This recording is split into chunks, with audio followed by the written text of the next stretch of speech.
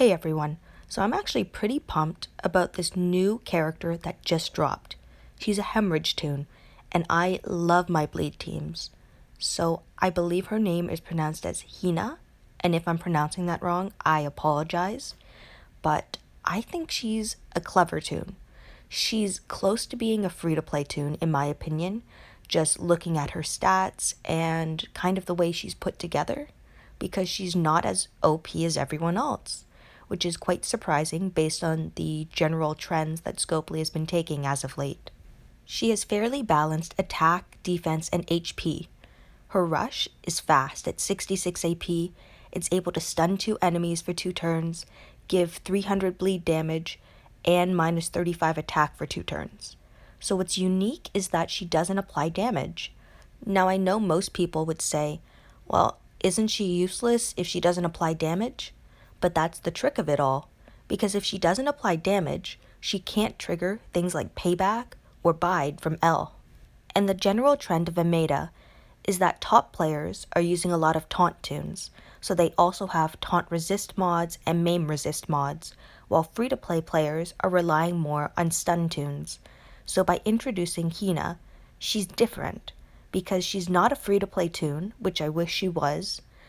I think you actually have to spend quite a bit to get her, because you need these ham sandwiches in order to do these 3 separate roadmaps that have 3 different acts that all require these sandwiches as energy, and then do a final map where you get Hina as the prize at the very end. So her active skill is also pretty useful. Bleed and AP gain. It's a turn 2 active skill, so you can use it almost right away. And 300 bleed damage for 2 turns to 2 enemies may not seem like much, but because she's a hemorrhage toon, and if you add a bleed mod with her, as well as have a lacerator toon, you can actually build up bleed fairly fast with her, in my opinion. If you land 1 critical hit on the enemy, they will suffer from hemorrhage, which is 150 bleed damage that worsens by 150 bleed every turn. And bleed and hemorrhage stack independently, so you can have 2 different types of bleeds that can be lacerated by a toon like Shiva, the albino one, or Rick, the vegan one. Yes, he's green, so I call him the vegan one. Or Davy or Martinez. I don't think we have a blue lacerator toon yet, but I assume that will be coming eventually.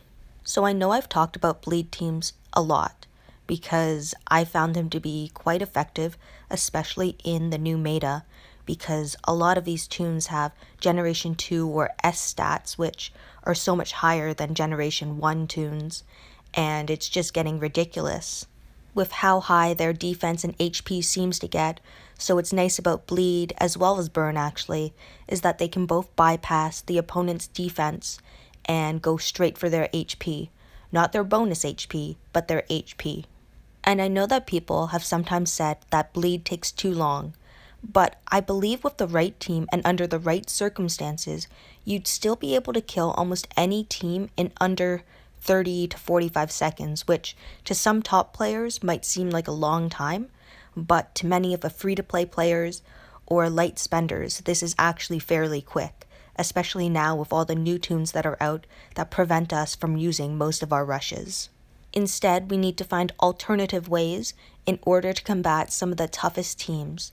So many of us are relying upon basic attacks and a fair amount of control, as well as a decapitation toon, because there's just too many toons that revive multiple toons now and give defensive buffs and bonus HP, and everything just ends up stacking, and it becomes a very much uphill battle for any player nowadays, especially free-to-play and light spenders.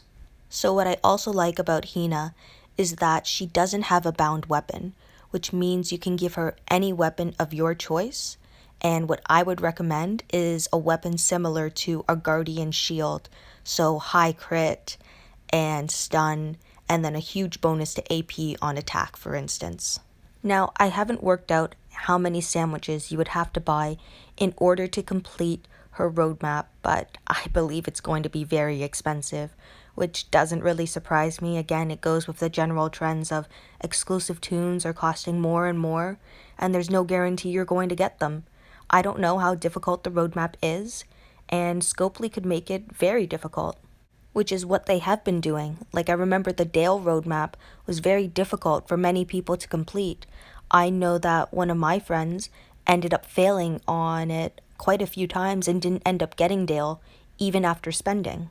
Anyway, thank you for watching and listening to my video. I hope you enjoyed my breakdown of the new toon, Hina.